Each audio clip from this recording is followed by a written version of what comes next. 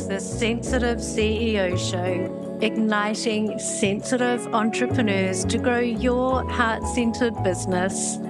I'm your host, Rose Cox, and this podcast shares with you inspiring and thought-provoking conversations for sensitive entrepreneurs wanting to grow a sustainable online business in a way that feels exciting and aligned with your soul. Along with my carefully curated expert guests, we share science-backed advice, proven strategies, and the systems we use to succeed in our businesses and our lives as highly sensitives, introverts, and empaths. And by the way, if you would like to be updated on when each episode is released, feel free to subscribe to the short and sweet newsletter. You'll also get weekly recommendations and tips, especially for HSPs, empaths, and introverts. To subscribe, pop on over to the website sensitiveceo.show or rosecox.com/pod. Now on to today's show. Hey, it's Rose and welcome to another episode of the Sensitive CEO Show. And in this week's episode, it's my pleasure to introduce you to Kristen Morris. And Kristen's going to share with us how she uses Reels instead of ads to grow her business. So welcome, Kristen. Wonderful to have you here today. And I would love for you to introduce yourself and just let everyone know a little bit about you. Hi, thanks for having me. I enjoyed listening to the show and I'm excited to be on the show.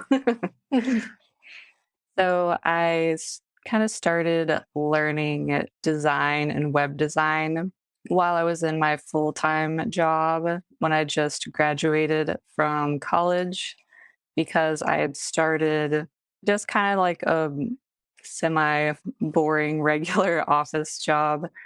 And after I had figured out how to do it pretty well, I kind of was getting bored and I wanted to quit, but it had taken me so long to get this job since I had gotten it kind of at the tail end of the recession. So I was like, probably shouldn't do that. So I decided to just learn some new skills, kind of go back to hobbies and things that interested me before, just to kind of branch out and see where that would take me. And that's how I kind of ended up in the world of design. I started with graphic design. I went to some meetup groups, talked to some people, and that eventually led to web design because I wanted to create my own website. So it was my first web design project for myself. And I really enjoyed how it was fun to create a website and then kind of totally change it if I wanted to see how it would evolve into something completely different if I wanted it to. And eventually I had so much fun creating websites that I was like, hey, I wonder if maybe I could help other people create their websites too. So that's how I got into web design.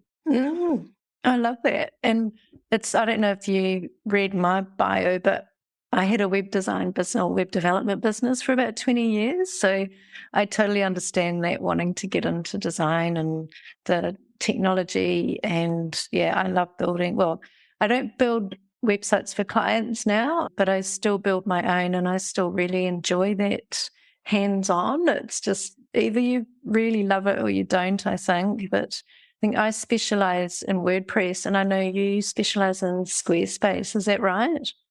Yeah, I do Squarespace because I've tried to do the coding from scratch, but for me, it's just too much for me. Yeah. I didn't have a choice when I learned. I had to code in Notepad, so there were no WYSIWYG editors or anything. So I've just got that coding thing that I still love, actually. But anyway, I digress.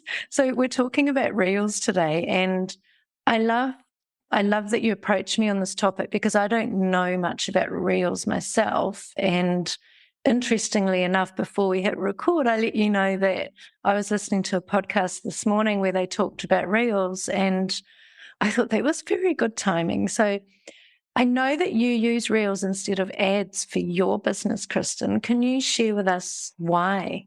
So the first, probably most obvious reason is that when you create Reels, they're free. Mm-hmm.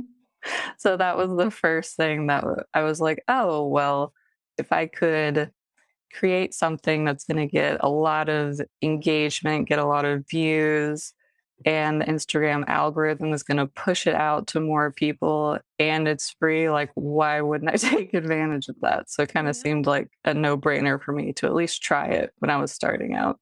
Mm.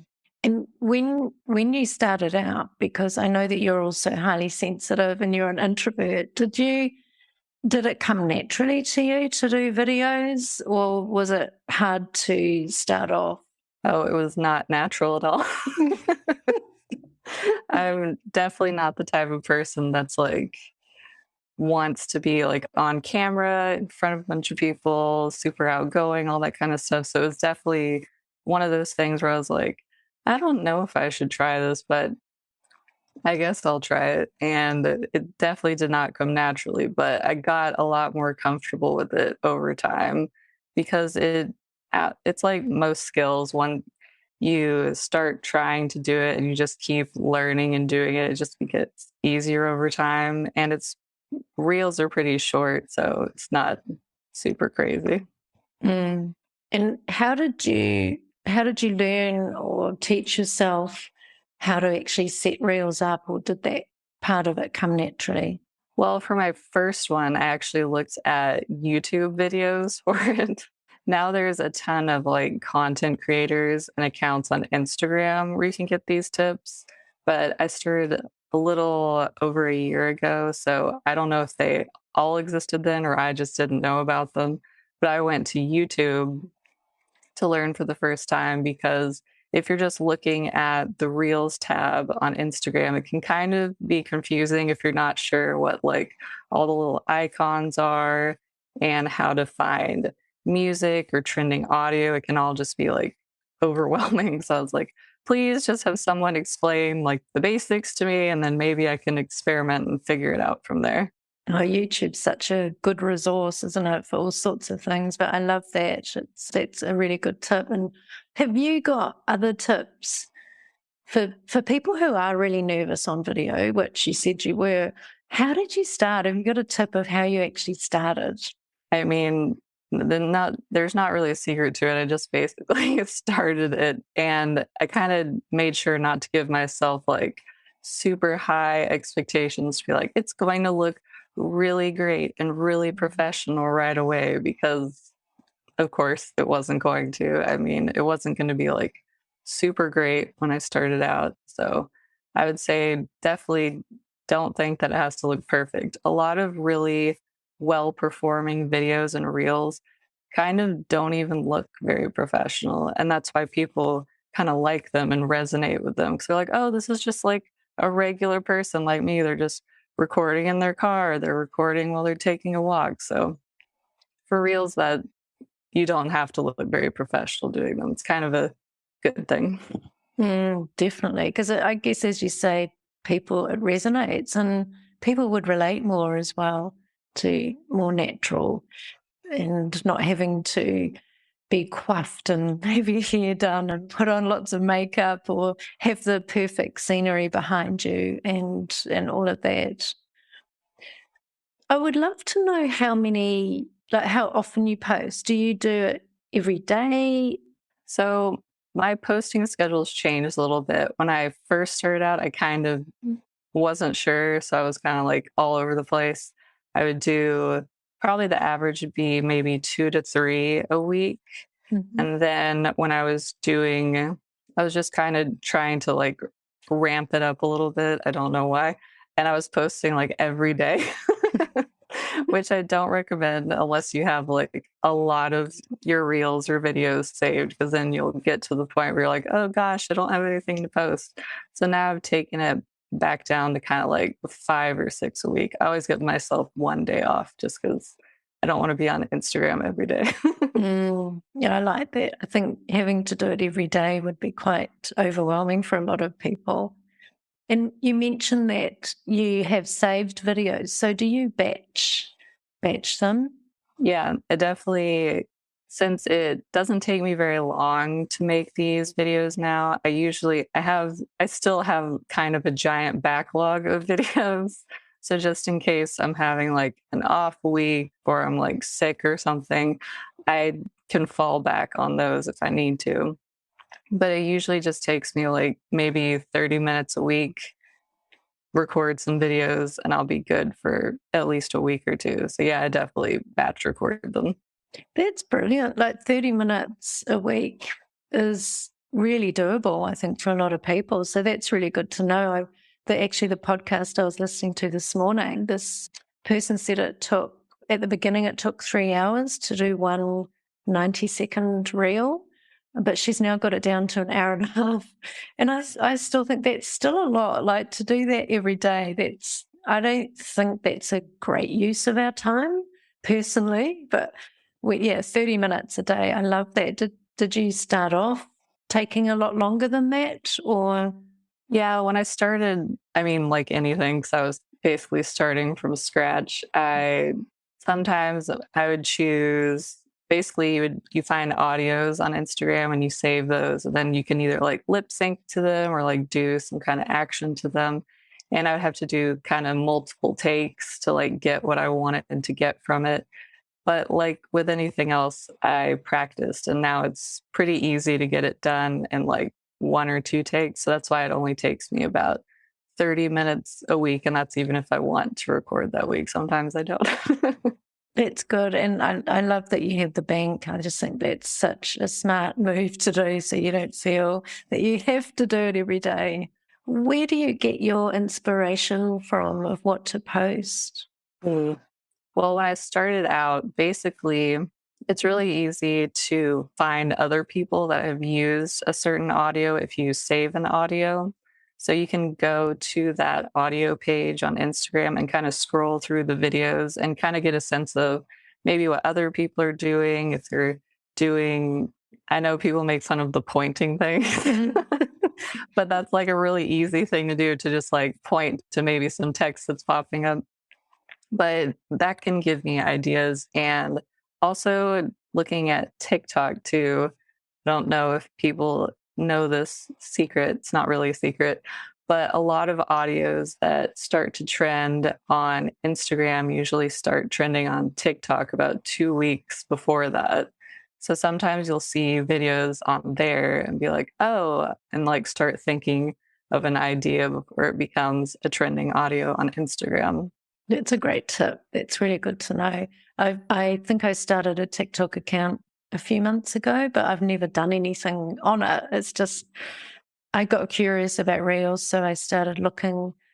I didn't actually spend long because I did find, similar to Instagram, it can take a lot of time. It can kind of suck your time. You get addicted into looking at these videos, and I guess that's what these platforms are for. But I know it's also important to follow people to get the inspiration.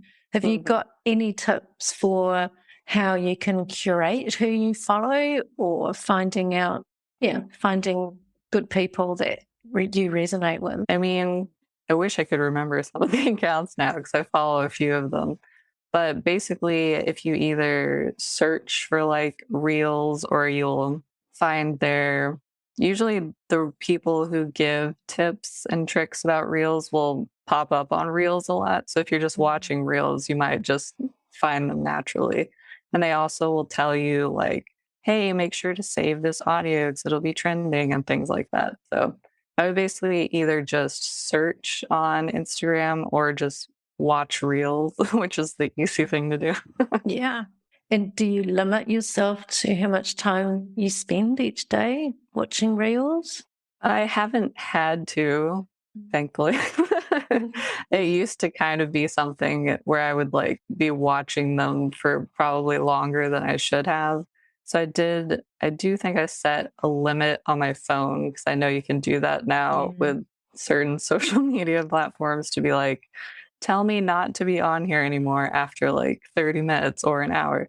So I think I did that for Instagram because for a while I was kind of just like on there maybe a little bit too much, but now I've kind of gotten it under control. So That's a good tip. That's such a good tip to limit the time. Yeah. And I think you can do that on the desktop as well with various apps. So your main platform that you post on is Instagram, and do you also repurpose the content? And if so, how do you do that and where do you post it? I do. I post my reels on Facebook, even though they're owned by like the same company, but usually you can get exposed to like a different audience on there. So I'll do Facebook and Pinterest and LinkedIn. Wow.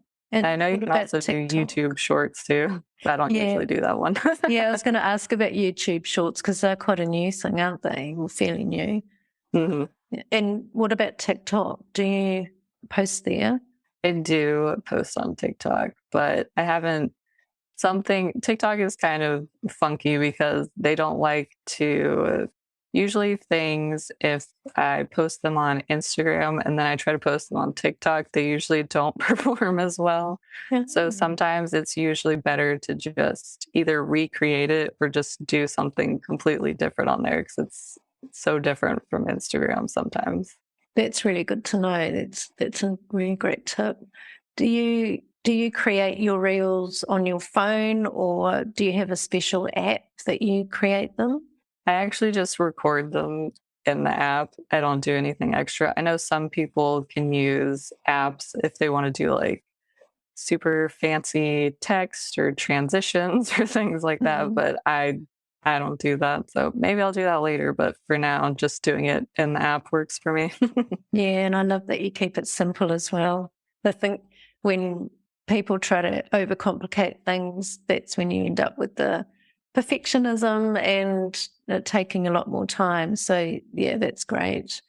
And then so you record it in the Instagram app. Then how do you repurpose it to Pinterest, Facebook, and LinkedIn? So for all of those, I'll usually just copy the caption. I might change some things because I have hashtags that I have saved just for Instagram. So those probably don't work across other platforms. So I won't use those.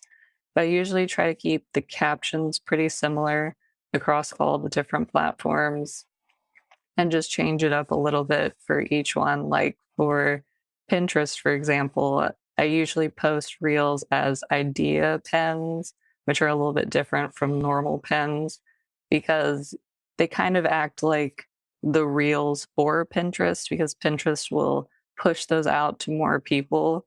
So it's usually better if you have like little short form content videos for those. And what length do you do for all of your reels? Usually they're pretty short.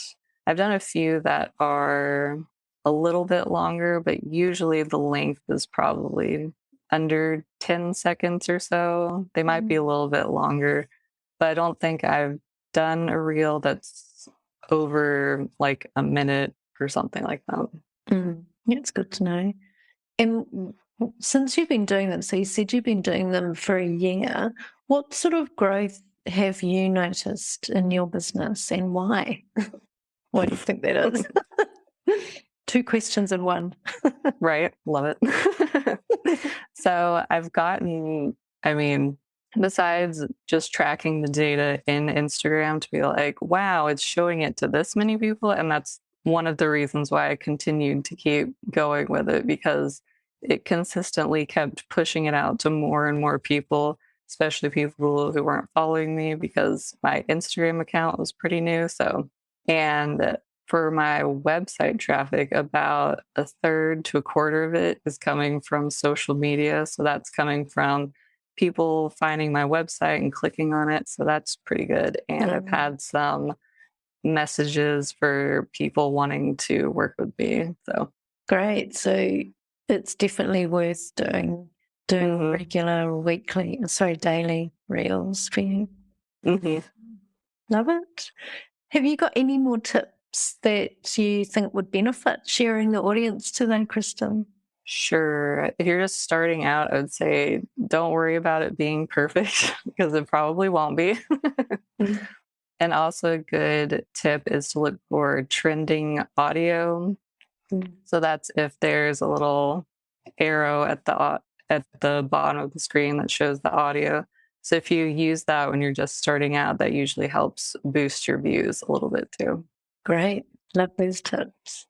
So before we wrap up today, I have one question that I ask all of my podcast guests. When you feel overwhelmed or unfocused, what do you do? So for me, this usually means I have to take a break. Mm. So I'll usually step away from the screens or my phone because that's usually where I am. So I'll either physically walk away from that, like maybe actually take a walk or just go into a different room. Or if I'm just feeling like really like tired or depleted, I might just like lay down and just like chill out for a few minutes. Love that. So I'm going to be popping everything in the show notes of where people can find you, but what would be the most preferred place where people can find you? Well, they can find me on Instagram at redesignia.co, and you can see all of my reels and see how they haven't all done awesome because the Instagram algorithm is still hard to predict. Yeah. Brilliant. Well, thank you again so much for your time today, Crystal. It's lovely to talk with you, and I'm sure a lot of tips you've shared will really help the audience listening today. So thank you. Thanks for having me.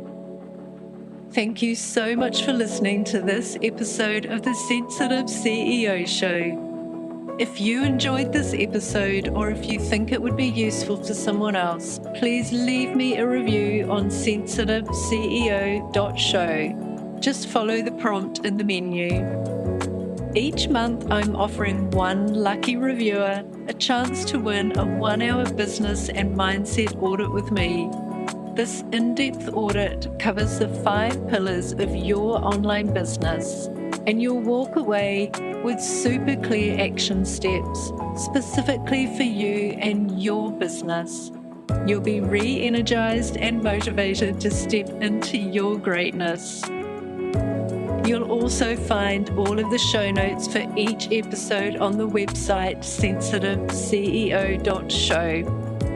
And while you're there, make sure you subscribe to the short and sweet newsletter.